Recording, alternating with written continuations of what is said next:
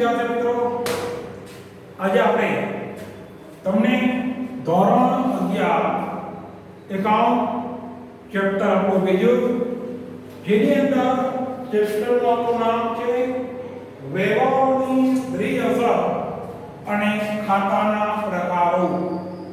તો વિદ્યાર્થી મિત્રો, વ્યવહારોની દ્વિઅસર અને ખાતાના પ્રકારો આપણા એકાઉન્ટ માટે સૌથી મહત્વનો પોઈન્ટ આજે હું તમારી સમક્ષ રજૂ કરું છું. તો આજે આપણે આ જે ચેપ્ટર છે એના પરથી આપણે પહેલો પોઈન્ટ લઈએ છીએ કે વ્યવહારોની દ્વિઅસર એટલે શું. વ્યવહારોની દ્વિઅસર આપણો પહેલો પોઈન્ટ કે વ્યવહારોની દ્વિઅસર કોને કહેવાય. મિત્રો, આપણે કોઈ પણ ધંધાકીય એકમ હોય એની અંદર વ્યવહારો બે પ્રકારના હોય. એક વ્યવહાર જે ધંધાકીય વ્યવહાર કહેવાય, જ્યારે બીજો પ્રકાર છે એ બિન ધંધાકીય વ્યવહાર કહેવાય. ધંધાકીય વ્યવહારોની આર્થિક અસર એકમ ઉપર થાય, જ્યારે બિન ધંધાકીય વ્યવહારોની આર્થિક અસર એને ધ્યાનમાં લેવામાં ન આવે. ધંધાકીય વ્યવહારના પાછા સ્વરૂપ પાડીએ છીએ બે. એક પહેલું જે સ્વરૂપ છે એ આર્થિક વ્યવહારો, બીજું બિન આર્થિક વ્યવહારો. આર્થિક વ્યવહાર છે એની હિસાબી ચોપડે અસર થાય, બિન આર્થિક વ્યવહારની કોઈ હિસાબી ચોપડે અસર ન થાય. તો મિત્રો, આજે આપણે આર્થિક વ્યવહાર જે છે જેને આપણે હિસાબી ચોપડે અસર આપીએ છીએ, તો એ આર્થિક વ્યવહારની કોઈ પણ વ્યવહારની ઓછામાં ઓછી બે પક્ષકાર ઉપર અસર થાય છે. તો વ્યવહારની બેવડી અસર એટલે શું? તો વ્યવહારની બેવડી અસરનો અર્થ આપણે આપીએ છીએ કે ઓછામાં ઓછા જે વ્યવહારની બે અસર થાય, ઓછામાં ઓછા જે વ્યવહારની બે અસર થાય એને બેવડી અસર તરીકે અથવા તો દ્વિઅસર યાદ રાખજો. આનું બીજું નામ છે ખાતાની બેવડી અસર. તમને બેવડી અસર કયો કે દ્વિઅસર કયો બે એક જ. તો બેવડી અસર એટલે શું કે જે ધંધાકીય વ્યવહારોની ઓછામાં ઓછી બે ખાતા ઉપર જે અસર થાય તેને ખાતાની બેવડી અસર અથવા તો દ્વિઅસર તરીકે ઓળખવામાં આવે છે. મિત્રો, આપણે હિસાબો લખવાની બે પદ્ધતિ હોય, જેમાં ત્રિનોંધી નામા પદ્ધતિ જેની રજૂઆત કરનાર વ્યક્તિ હતા શ્રી લ્યુકા પેસિઓલી. શ્રી લ્યુકા પેસિઓલી ઈસવીસન 1494 લ્યુકા પેસિઓલી દ્વિનોંધી નામા પદ્ધતિની વ્યાખ્યા આપી. તો આ દ્વિનોંધી નામા પદ્ધતિની વ્યાખ્યા આપી એમાં એને સ્પષ્ટ કીધું કે જે ધંધાકીય વ્યવહારોની ઓછામાં ઓછી બે પક્ષકારને અસર થાય તેને દ્વિનોંધી નામા પદ્ધતિ કહેવાય. તો દ્વિનોંધી નામા પદ્ધતિ અને એમાં મેઇન બાબત છે જે બેવડી અસરમાં પણ જોવા મળે છે. તો બેવડી અસરની અંદર આજે આપણે તમને એના મુખ્ય ત્રણ અંગો છે, આ એના અંગો કહેવાય અથવા એના ઘટકો કહેવાય. તો દ્વિઅસર, વ્યવહારોની દ્વિઅસરના મુખ્ય અંગો કે મુખ્ય ઘટકો કુલ 3 છે. તો એનો અર્થ સમજાવ પછી એનો પહેલું ઘટક, જ્યારે કોઈ વ્યક્તિ લાભ લેનાર હોય અથવા તો વ્યક્તિ લાભ આપનાર હોય. મિત્રો, કોઈ પણ વ્યક્તિ હોય, સંસ્થા હોય, પેઢી હોય, જ્યારે એ ધંધાકીય એકમને કાં તો એ લાભ આપતી હોય અથવા તો લાભ મેળવતી હોય, તો જો કોઈ વ્યક્તિ લાભ લેનાર હોય કે વ્યક્તિ લાભ આપનાર હોય, તો એ દ્વિઅસરનું પહેલું અંગ છે, પહેલું ઘટક છે, જેને આપણે વ્યક્તિના ખાતામાં સમાવેશ કરવામાં આવે છે. તો વ્યક્તિનું ખાતું એટલે શું? કે જેમાં આ વ્યક્તિ કોણ હોય છે? લાભ લેનાર હોય છે, અથવા તો વ્યક્તિ હોય છે એ લાભ આપનાર હોય છે. વ્યક્તિમાં યાદ રાખજો, માત્ર જીવંત વ્યક્તિ જ ના હોય. વ્યક્તિની અંદર તમારે કોઈ પણ જીવંત વ્યક્તિ હોય, માનવ સર્જિત વ્યક્તિ હોય, કોઈ સંસ્થા હોય, કોઈ પેઢી હોય, કોઈ સરકારી એકમ હોય, તો મિત્રો બધા જ વ્યક્તિના ખાતામાં આવે. આ વ્યક્તિના ખાતાની અંદર જ્યારે આપણે ઉદાહરણોના નિયમો કરશું, ખાતાના પ્રકારો કરશું, ત્યારે વ્યક્તિનું ખાતું તમને ડીપમાં સમજાવું કે વ્યક્તિના ખાતામાં કોનો સમાવેશ થાય. તો વ્યક્તિના ખાતાની અંદર પહેલો પોઈન્ટ, પહેલું અંગ, જ્યારે કોઈ વ્યક્તિ લાભ લેનાર હોય અથવા તો વ્યક્તિ લાભ આપનાર હોય તો એને આપણે વ્યક્તિના ખાતામાં લઈએ છીએ, જેનું પહેલું અંગ. નંબર 2, ધંધાકીય એકમમાં માલ કે મિલકત વધે કે ઘટે. મિત્રો અહીંયા આપણે બે શબ્દ લેવામાં આવે છે. પહેલું માલ, જેના માટે અંગ્રેજીમાં શબ્દ આપણે આપીએ છીએ ગુડ્સ. વેપારી જે ચીજ વસ્તુઓનું ખરીદ વેચાણ કરે એને એનો માલ સામાન કહેવાય. જેમ કે કરિયાણાનો વેપારી છે તો અનાજ કરિયાણા એનો માલ સામાન બને. ફર્નિચરનો વેપારી છે તો ટેબલ, ખુરશી વગેરેનો માલ સામાન બને. સ્ટેશનરીનો વેપારી છે તો નોટબુક, ચોપડા વગેરેનો માલ સામાન બને. તો વેપારી જે ચીજ વસ્તુઓનું ખરીદ વેચાણ કરે એનો માલ સામાન કહેવાય, જેને આપણે ગુડ્સ કહેવાય. મિલકત, ધંધાકીય એકમમાં મિલકત, જમીન, મકાન, યંત્ર, સાધનો, વાહનો, ફર્નિચર, આ બધી દ્રશ્ય મિલકતો. પાઘડી, પેટર્ન, કોપીરાઇટ, ટ્રેડમાર્ક, આ અદૃશ્ય મિલકતો. તો ધંધામાં તમામ મિલકતો છે એનો સમાવેશ આપણે મિલકતોમાં કરીએ છીએ. જો આવી કોઈ માલ કે મિલકત ધંધામાં વધે, તમે મિલકત ખરીદો તો મિલકત વધે. જો તમે મિલકત વેચો તો મિલકત ઘટે.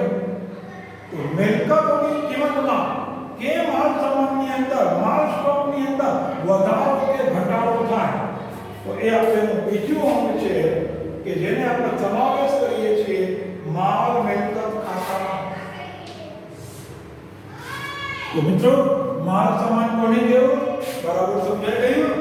કોઈ પણ વસ્તુઓનું ખરીદ વેચાણ કરો તો એનો માલ સામાન. માલ સામાન પછી મિલકત, મિલકત દ્રશ્ય અને અદ્રશ્ય.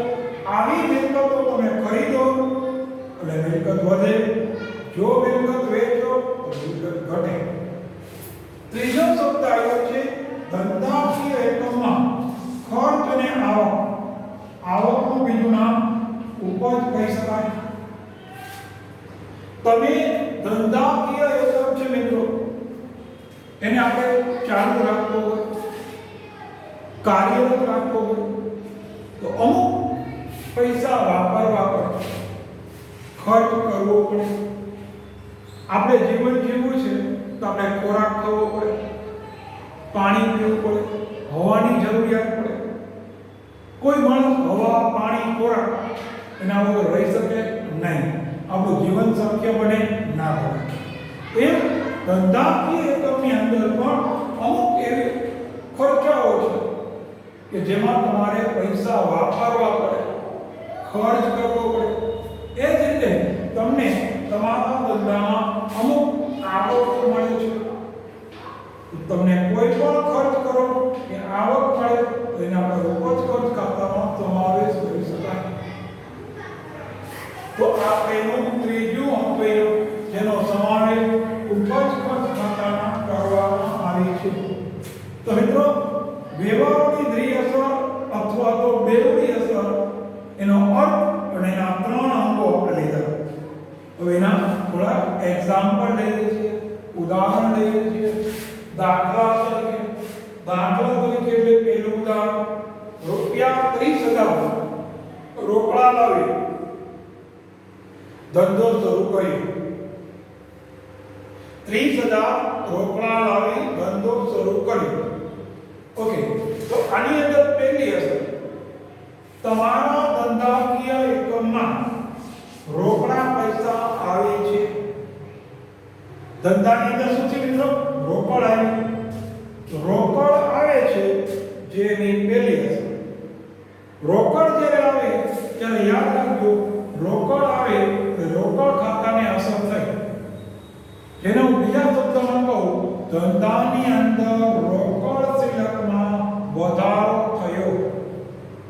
પહેલી અસર, ધંધામાં રોકડ આવે છે, રોકડ ખાતાને અસર થાય, રોકડ શિલક વધે. બીજી અસર આપણે કેમ આપીએ છીએ? પૈસા આપનાર કોણ છે મિત્રો? ધંધાનો માલિક. જ્યારે ધંધાનો માલિક એ લાભ આપનાર બન્યો, માલિક એટલે વ્યક્તિ, વ્યક્તિ એટલે લાભ આપનાર બન્યો, તો માલિક જ્યારે ધંધામાં રોકડ આપે ત્યારે આપણે પારિભાષિક શબ્દમાં એક શબ્દ એવો આવ્યો હતો, મોડે ખાતો. એનો અર્થ તમને આપ્યો હતો કે જ્યારે ધંધાનો માલિક ધંધાની અંદર કોઈ રોકડ લઈ આવે, કોઈ મિલકત લઈ આવે, કોઈ વસ્તુ લઈ આવે, તો આપણે એના મોડી ખાતાને અસર થાય.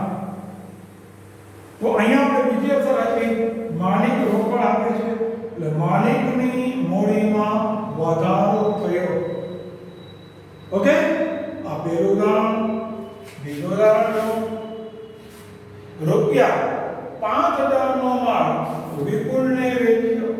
મિત્રો યાદ રાખજો, વિપુલ નામ આપેલું છે, માલનું વેચાણ કર્યું છે.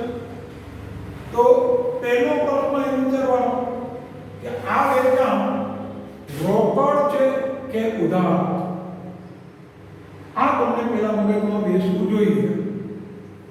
આ વેચાણ રોકડ છે કે ઉધાર એ નક્કી કરવા માટે તમને મેં એની શરતો કરાવી છે.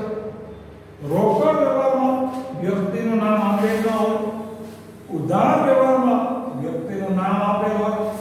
તો અહીંયા નામ આપ્યું છે, તો આ વ્યવહાર આપણો કેવો છે? ઉધાર વેચાણ. તો બરાબર ધ્યાન આપવાનું, માલનો ઉધાર વેચાણ છે. તો હવે આની આપણે અસર વિચારીએ. પહેલી અસર વિચારો, પ્રથમ અસર, વિપુલ. વિપુલને તમે માલ વેચો. વિપુલ છે એ લાભ લેનાર બને છે. વિપુલને માલ વેચો, ઉધાર માલ વેચો, તમે એને વસ્તુ આપી, પૈસા નથી મળ્યા, તો વિપુલ એ પણ બન્યો લાભ લેનાર. અને જ્યારે ઉધાર માલનું વેચાણ હોય ત્યારે ઉધાર વેચાણમાં હંમેશા એ વ્યક્તિને આપણે દેવાદાર કહેવાય. તમે જ્યારે ઉધાર માલ વેચો ત્યારે જે વ્યક્તિનું નામ આપેલું હોય એ તમારા માટે દેવાદાર બને. તો વિપુલ છે એ આપણા માટે દેવાદાર બને. અમે લખ્યું છે પહેલી અસર, વિપુલ લાભ લેનાર બને. હવે એની બીજી અસર વિચારીએ કે ભાઈ આ વ્યવહારની બીજી અસર શું થાય? બીજી અસર, ધંધામાં માલ સામાન આવે કે માલ સામાન જાય? તમે વસ્તુ વેચો તો વસ્તુ વેચો અને તરત બીજી અસર, માલ સામાન જાય છે. ચાલો, માલ સામાન એટલે માલ સામાન જાય છે, તો એની અસર તમે કરો તો વસ્તુનું વેચાણ થયું. જ્યારે માલ સામાન જાય ત્યારે તરત તમારા માટે ખાતું આવી જાય, વેચાણ. તો વિદ્યાર્થી મિત્રો, આજે તમે જે સમજાવું છું, જે આજે તમને સમજાવવામાં આવે છે એને બરાબર સમજજો. ન સમજાય તો વિડિયો ફરી વખત જોજો અને બરાબર મગજમાં ઉતારી અને આવા તમારી જાતે બીજા 4-5 ઉદાહરણો કરવાના, મનમાં જે વિચાર આવે એ લખવાના, પછી એની બેવડી અસર કેમ થાય એની પ્રેક્ટિસ કરવાની. જો તમે આમ કરશો તો ફાઇનલી તમે 100% આ પોઈન્ટ સમજાઈ જશે. તો આ સાથે આજે આપણે વિડિયો પૂરો કરીએ છીએ. તમને બરાબર સમજાઈ ગયું હશે. Thank you very much. આવજો.